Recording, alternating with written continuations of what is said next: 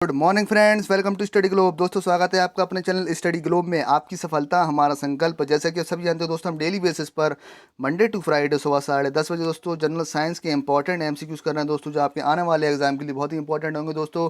चाहे वो आपका रेलवे का एग्जाम हो, आपका एसएससी का एग्जाम हो, या आपका कोई भी स्टेट एग्जाम हो दोस्तों आज इस सेशन का है 24वां दिन। जिन्होंने भी पुरानी वीडियोस ना देखी हो तो आप लोग चैनल की प्लेलिस्ट में जाकर दोस्तों ज़रूर देखें। उम्मीद है दोस्तों आप लोग जनरल साइंस की तैयारी बहुत अच्छी चल रही होगी। तो आपको डेली 20 क्वेश्चन दोस्तों कराता हूं, तो आपको उसमें हर सेशन में 17+ अटैम्प्ट करना है दोस्तों। अगर आपके इससे कम अटैम्प्ट हो रहे हैं तो दोस्तों आप लोग जनरल साइंस की दोस्तों रिवीजन पर ध्यान देंगे, ठीक है। और दोस्तों सुबह 6:30 बजे आपकी रीजनिंग की क्लास होती है दोस्तों, तो इसे आप लोग ज़रूर अटेंड करें दोस्तों, जो आपके आने वाले एग्जाम के लिए बहुत हेल्पफुल होगी दोस्तों। और 10:30 बजे दोस्तों अपनी जनरल साइंस के एमसीक्यू चल ही रहे हैं दोस्तों। 9:30 बजे दोस्तों हम general knowledge, general science, current affair के दोस्तों मिक्स एमसीक्यूज कर रहे हैं दोस्तों। तो ये भी सेशन आप लोग ज़रूर अटेंड करेंगे, ठीक है। चलिए बिना देरी करे दोस्तों आज का सेशन हम शुरू करते हैं। चलिए क्वेश्चन नंबर 1 आपके सामने ये है। चलिए आंसर कीजिए दोस्तों। और जिन्होंने भी सेशन को लाइक नहीं किया है तो सेशन को आप लोग ज़्यादा से ज़्यादा लाइक करें दोस्तों, ज़्यादा से ज़्यादा अपने फ्रेंडों को शेयर करें। और जिन्होंने भी चैनल को सब्सक्राइब नहीं किया तो चैनल को सब्सक्राइब कर जरूर करें दोस्तों। चलिए क्वेश्चन नंबर 1 आपके सामने ये है। जब प्रयुक्त बल की दिशा और जिस दिशा पर वस्तु गति कर रही है तो एक दूसरे के क्या है दोस्तों, लंबवत है। तो आपका जब कार्य क्या होगा दोस्तों, चलिए आंसर करेंगे आप लोग। क्या होगा? When the direction of the force applied and the direction in which the dead, ठीक है, object moves are perpendicular to each other then. क्या होगा दोस्तों इसका आंसर? चलिए देखते हैं दोस्तों कि मान लीजिए दोस्तों एम द्रव्यमान की आपके पास दोस्तों क्या है, एक बॉडी है, ठीक है। एम द्रव्यमान की दोस्तों बॉडी है, ठीक है दोस्तों। ये इस डायरेक्शन में आपकी क्या है, गति कर रही है, मोशन में दोस्तों। और ऊपर से दोस्तों क्या लग रहा है, आपका एक फोर्स लग रहा है दोस्तों। तो दोनों की भी दोस्तों, दोनों एक दूसरे के भी क्या है दोस्तों, लंबवत हैं, यानी 90 डिग्री का एंगल बना रहे हैं, ठीक है। जैसे बल की दिशा और दोस्तों दिशा पर वस्तु की गति दोस्तों क्या है, एक दूसरे के लंबवत है। तो दोस्तों कार्य क्या होगा दोस्तों, आप सभी जानते हैं वर्क इक्वल्स टू क्या होता है, ठीक है, force into displacement cos theta, ठीक है। बल गुणे विस्थापन गुणे कॉस थीटा दोस्तों। तो कॉस थीटा आपकी वैल्यू कितनी आ गई है, आपकी कॉस 90। आप सभी जानते हैं दोस्तों कॉस 90 की वैल्यू कितनी होती है, 0। तो दोस्तों आपका आंसर क्या हो जाएगा, नो वर्क इज डन, कोई कार्य नहीं हुआ। ऑप्शन बी आपका बिल्कुल सही आंसर होगा, ठीक है, ध्यान रखिएगा। चलिए नेक्स्ट क्वेश्चन पर चलते हैं दोस्तों, क्वेश्चन नंबर 2 पर। चलिए आंसर कीजिए। तरंगों की तीव्रता का अनुपात 25:9 है, इनके विस्तार का अनुपात क्या होगा? चलिए बताइए। The ratio of intensity of the waves is 25:9। What will be the ratio of their, ठीक है, एक्सपेंशन? बताइए दोस्तों, आंसर कीजिए। क्या होगा दोस्तों? विस्तार दोस्तों क्या होता है, आपका एक तरीके से आयाम होता है, एम्पलीट्यूड होता है। तो आप सभी जानते हैं दोस्तों, जो आपकी तरंग की दोस्तों तीव्रता होती है, आपके आयाम के वर्ग के दोस्तों क्या होती है, समानुपाती होती है, ठीक है, ध्यान रखिएगा। तो इस बेस पर दोस्तों I1/I2 बराबर क्या हो जाएगा दोस्तों, अपन A1/A2 का होल स्क्वायर, ठीक है दोस्तों। वैल्यू पुट कर दीजिए। आपकी तीव्रता दोस्तों कितनी दी गई है, I1 आपकी 25 है, I2 आपकी 9 है दोस्तों। तो दोस्तों दोनों पक्षों का दोस्तों क्या कर देंगे, अंडर रूट लगा देंगे दोस्तों। तो आपकी A1/A2 की वैल्यू दोस्तों क्या आ जाएगी, जल्दी से बताएंगे क्या आ जाएगी दोस्तों, 5:3। तो आपका आंसर हो जाएगा ऑप्शन बी, ठीक है, ध्यान रखिएगा। चलिए नेक्स्ट क्वेश्चन पर चलते हैं दोस्तों, क्वेश्चन नंबर 3 पर। चलिए आंसर कीजिए। ऊर्जा के लिए ऐसा ही मात्रक क्या होगा? जल्दी से बताएंगे, बहुत बार करा चुका हूँ दोस्तों, बहुत ईजी है। इससे ज़्यादा इजी क्वेश्चन क्या होगा दोस्तों, चलिए बताइए। द ऐसा यूनिट फॉर एनर्जी इज़, तो दोस्तों आप सभी जानते हैं ऊर्जा की दोस्तों ऐसा यूनिट क्या होती है, जूल। ऑप्शन बी आपका बिल्कुल सही आंसर होगा, ठीक है, ध्यान रखिएगा दोस्तों। और न्यूटन दोस्तों आपकी किसकी ऐसा यूनिट है, जल्दी से बताएंगे आप लोग, किसकी है दोस्तों, फोर्स की, ठीक है, बल की ऐसा यूनिट दोस्तों क्या है, न्यूटन की दोस्तों। ओम किसकी है, जल्दी से बताएंगे आप लोग। ओम किसकी ऐसा यूनिट है, आपकी रेसिस्टेंस की, ठीक है, ये भी आप लोग याद रखेंगे दोस्तों। और वाट दोस्तों किसकी है, आपकी ऐसा यूनिट दोस्तों किसकी है, पावर, शक्ति की, ठीक है। चलिए नेक्स्ट क्वेश्चन पर चलते हैं दोस्तों, क्वेश्चन नंबर 4 पर। चलिए आंसर कीजिए। निम्नलिखित में से किसका ध्वनि के वेग पर कोई प्रभाव नहीं पड़ता?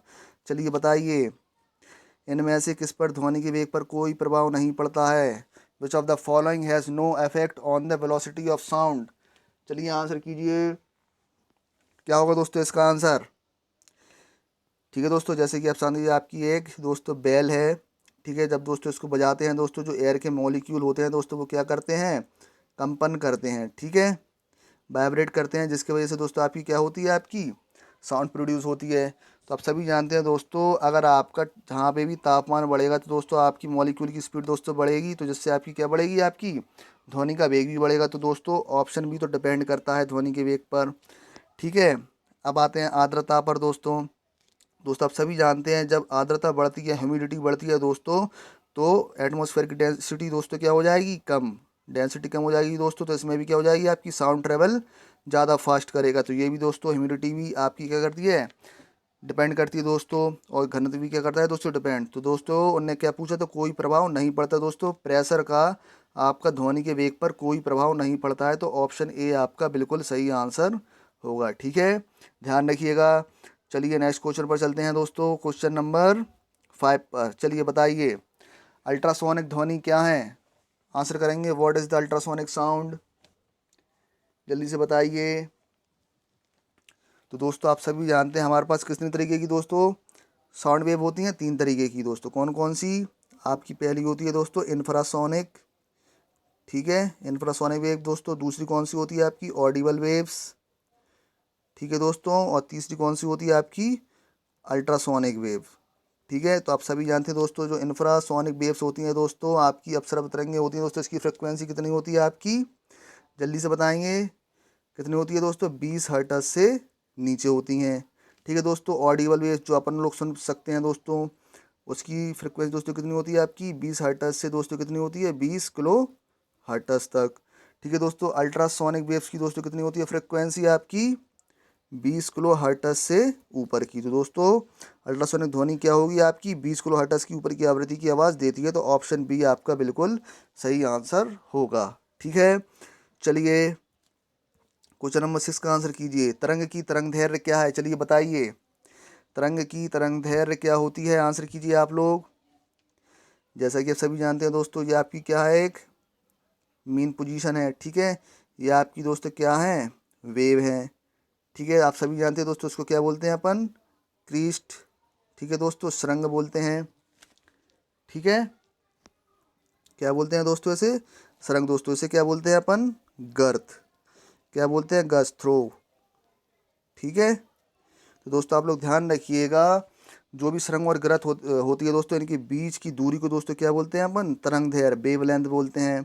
इस पॉइंट की भी दोस्तों डिस्टेंस क्या कहलाएगी, आपकी वेवलेंथ कहलाएगी, ठीक है। तो इसका आंसर क्या हो जाएगा, लगातार दो बिंदुओं के बीच की दूरी दोस्तों क्या कहलाती है, आपकी तरंग की तरंग दैर्घ्य कहलाती है। तो ऑप्शन ए आपका बिल्कुल सही आंसर होगा, ठीक है, ध्यान रखिएगा दोस्तों। चलिए नेक्स्ट क्वेश्चन पर चलते हैं दोस्तों। चलिए बताइए, एक कार का द्रव्यमान 250 किलोग्राम है, इसका 10 मीटर पर सेकंड से 40 मीटर पर सेकंड करने में 15 सेकंड का समय लगता है, तो कुल शक्ति ज्ञात कीजिए। चलिए आंसर करेंगे आप लोग, the mass of a car is 250 kg, it takes 15 second to do 10 metre per second to 40 metre per second, then find the total power. दोस्तों न्यूमेरिकल पर ज़्यादा से ज़्यादा ध्यान दीजिए, आजकल न्यूमेरिकल साइंस से बहुत ज़्यादा पूछे जाते हैं, आपको हर एग्जाम में 2 से 3 न्यूमेरिकल जरूर देखने को मिलते हैं दोस्तों। इसी बेस पर मैं हर सेशन में आपको 1 से 2 न्यूमेरिकल कराता हूँ, हर टाइप के, जो आपके आने वाले एग्जाम के लिए दोस्तों बहुत अच्छे होंगे। चलिए बताइए, सॉल्व कीजिए।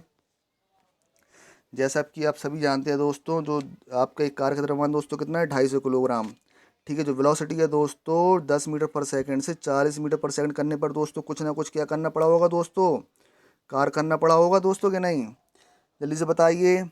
और दोस्तों जो कार होता है दोस्तों, क्या हो रहा है, आपकी गतिज ऊर्जा में दोस्तों क्या हो रहा है, परिवर्तन हो रहा है, तो वही आपकी क्या हो जाएगी दोस्तों, वर्क हो जाएगा। और आप सभी जानते हैं दोस्तों, गतिज ऊर्जा में परिवर्तन दोस्तों क्या होता है, हाफ mb, ठीक है, v2 का स्क्वायर माइनस v1 का स्क्वायर, ठीक है। सॉल्व कर लीजिए दोस्तों, 1/2, आपकी दोस्तों m की वैल्यू कितनी दी गई है, 240, ठीक है दोस्तों। आपका 40 का स्क्वायर होता है दोस्तों 1600, और 10 का स्क्वायर होता है दोस्तों, तो इनको डिफरेंस कितना आ जाएगा दोस्तों, आपका 1500, ठीक है।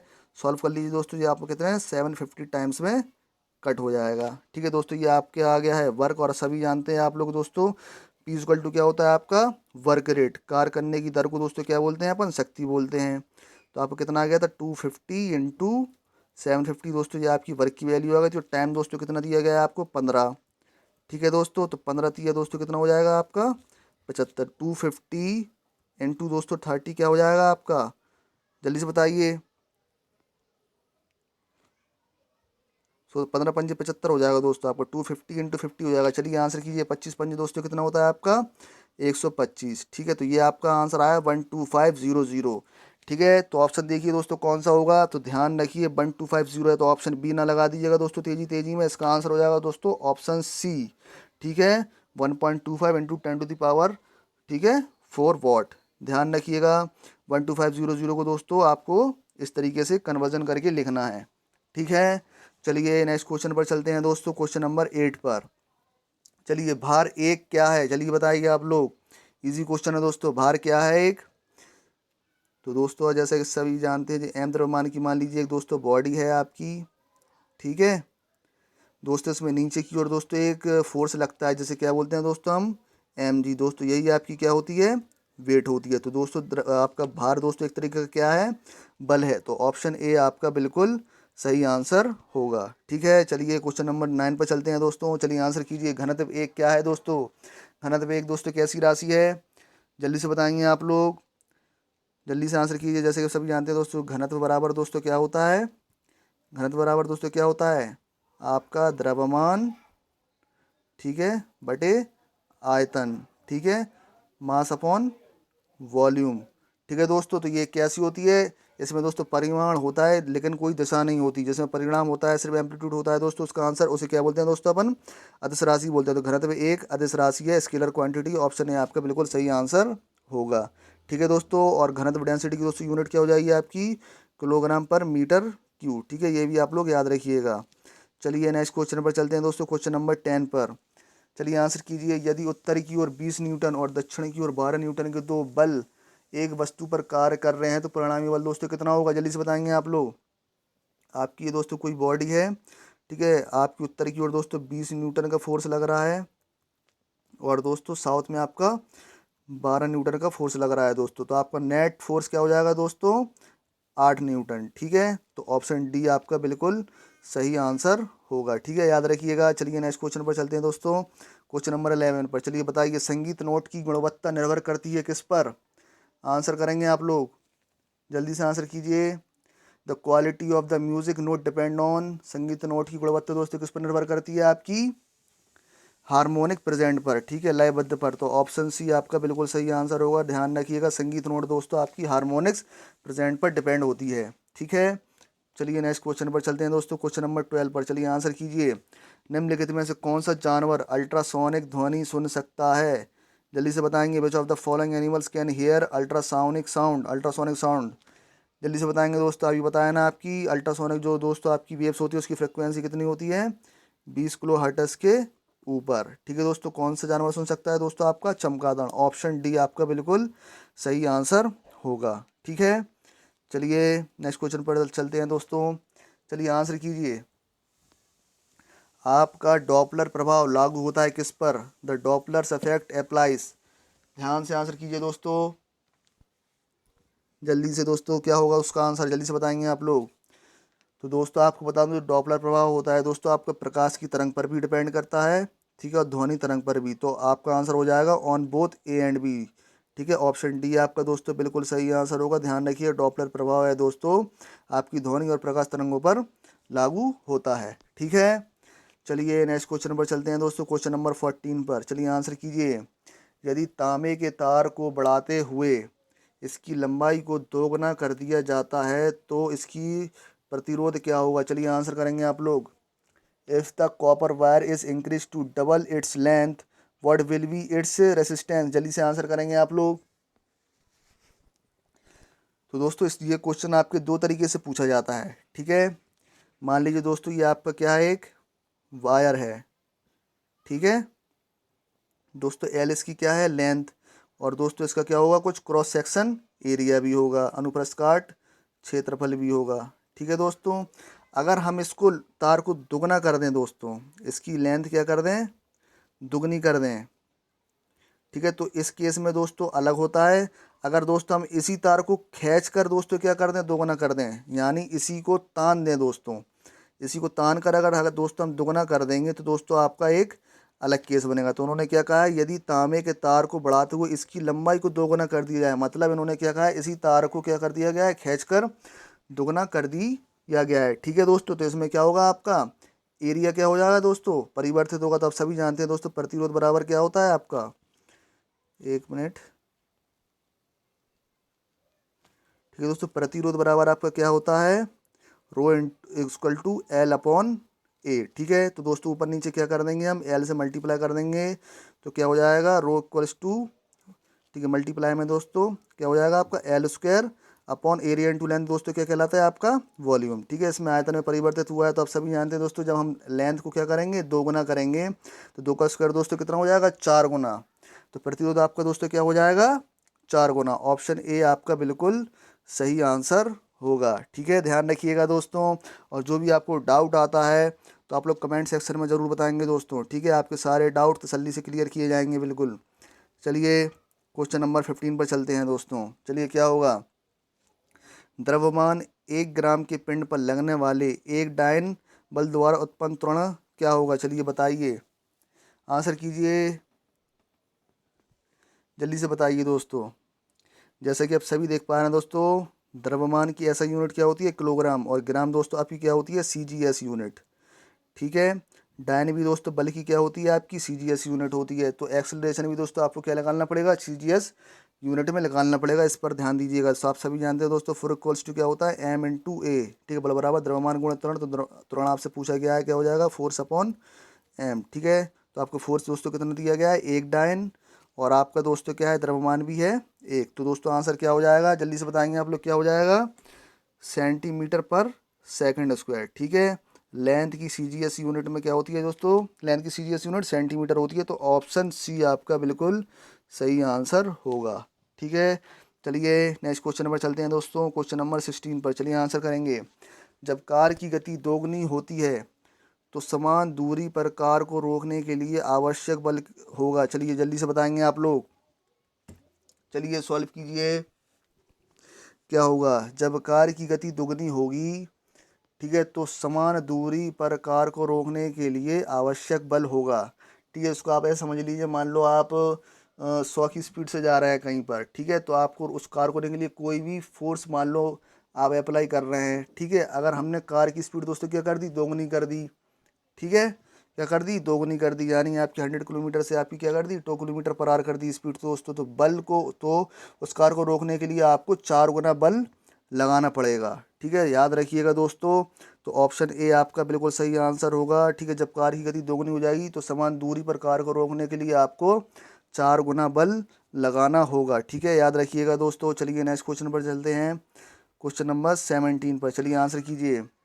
वर्षा वाले दिनों में अधिक दूरी की ध्वनि सुनाई देती है क्योंकि, चलिए अभी मैंने इसका आपको बता चुका हूँ इसका आंसर कुछ देर पहले, अगर आपने ध्यान से सुना होगा तो इस क्वेश्चन का आप लोग आंसर ध्यान जल्दी से दे देंगे। चलिए बताइए, वर्षा वाले दिनों में अधिक दूरी की ध्वनि सुनाई दोस्तों क्यों देती हैं, क्योंकि वर्षा में दोस्तों क्या हो जाती है, आपकी ह्यूमिडिटी बढ़ जाती है। तो जब ह्यूमिडिटी बढ़ेगी तो आपकी दोस्तों घनत्व डेंसिटी कम होगी, अगर डेंसिटी कम होगी तो दोस्तों आपका क्या होगा, साउंड ज़्यादा ट्रैवल करेगा। तो दोस्तों आपका आंसर क्या हो जाएगा, आप ध्वनि आर्द्र वायु में तेज चलती है, ऑप्शन बी आपका बिल्कुल सही आंसर होगा। ठीक है, चलिए क्वेश्चन नंबर 18 पर चलते हैं दोस्तों। विद्युत चुम्बकीय तरंगों के बारे में निम्नलिखित में से कौन सही है, चलिए बताइए। विच of the following is correct about electromagnetic waves, जल्दी से बताइए।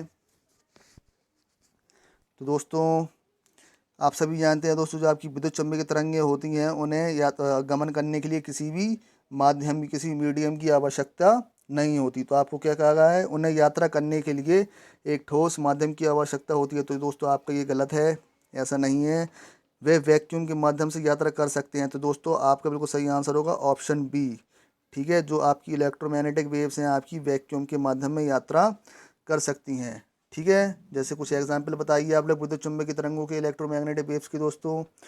तो दोस्तों आपकी जो गामा वेव्स होती है दोस्तों वो भी क्या है, आपकी इलेक्ट्रोमैग्नेटिक वेव्स है। ठीक है, एक्सरे भी दोस्तों आपकी क्या है, इलेक्ट्रोमैग्नेटिक वेव्स हैं। ठीक है, ध्यान रखिएगा। और जो आपकी यूवी रेस आती हैं, अल्ट्रावायलेट रेस आती हैं दोस्तों, वो भी आपकी क्या है, एक विद्युत चुम्बकीय तरंगे हैं। ठीक है, चलिए नेक्स्ट क्वेश्चन पर चलते हैं दोस्तों, क्वेश्चन नंबर 19 पर चलिए आंसर करेंगे। सीमेंस को किस भौतिक राशि द्वारा मापा जाता है? चलिए बताएंगे। By which physical amount is siemens measured? Answer करेंगे आप लोग। जैसा कि आप सभी जानते हैं, जो हमारा चालकत्व होता है दोस्तों, क्या चालकत्व, कंडक्टेंस बोलते हैं जैसे दोस्तों, आपके प्रतिरोध के क्या होता है? व्युत्क्रमानुपाती होता है दोस्तों। ठीक है, तो आपकी दोस्तों रेसिस्टेंस, प्रतिरोध की इकाई दोस्तों क्या होती है? ओम। ठीक है, ठीक है, तो दोस्तों आपकी चालकत्व की क्या हो जाएगी यूनिट? Ohm inverse. दोस्तों इसी को क्या बोलते हैं हम? सीमेन बोलते हैं। ठीक है, तो चालकत्व की दोस्तों आपकी ऐसा यूनिट या तो ओम इनवर्स होगी या दोस्तों क्या होगी? साइमन होगी। तो दोस्तों आपका आंसर हो जाएगा क्या? इलेक्ट्रिकल कंडक्स। ठीक है, विद्युत चालकत्व। तो ऑप्शन बी बिल्कुल सही आंसर होगा। जो सीमेन है आपकी किस भौतिक राशि द्वारा मापा जाता है दोस्तों? आपका विद्युत चालकत्व से। ठीक है, चलिए क्वेश्चन नंबर 20 पर चलते हैं दोस्तों। चलिए बताइए, Faraday quantitative unit is, Faraday मात्रात्मक इकाई है किसकी? जल्दी से बताइए, इजी क्वेश्चन है, जल्दी से बताएंगे आप लोग। फेराडे मात्रात्मक इकाई है दोस्तों किसकी? आपकी धारिता की। तो ऑप्शन ए आपका बिल्कुल सही आंसर होगा। ठीक है, ध्यान रखिएगा दोस्तों। फेराडे दोस्तों आपकी किसकी यूनिट है? कैपेसिटेंस, धारिता की। ठीक है दोस्तों, उम्मीद है दोस्तों आप लोगों को सेशन पसंद आया होगा। और सेशन से संबंधित आपको जो भी डाउट आए तो आप लोग क्वेश्चन नंबर लिखकर कमेंट सेक्शन में ज़रूर बताएं, आपका उस क्वेश्चन का डाउट बिल्कुल क्लियर किया जाएगा।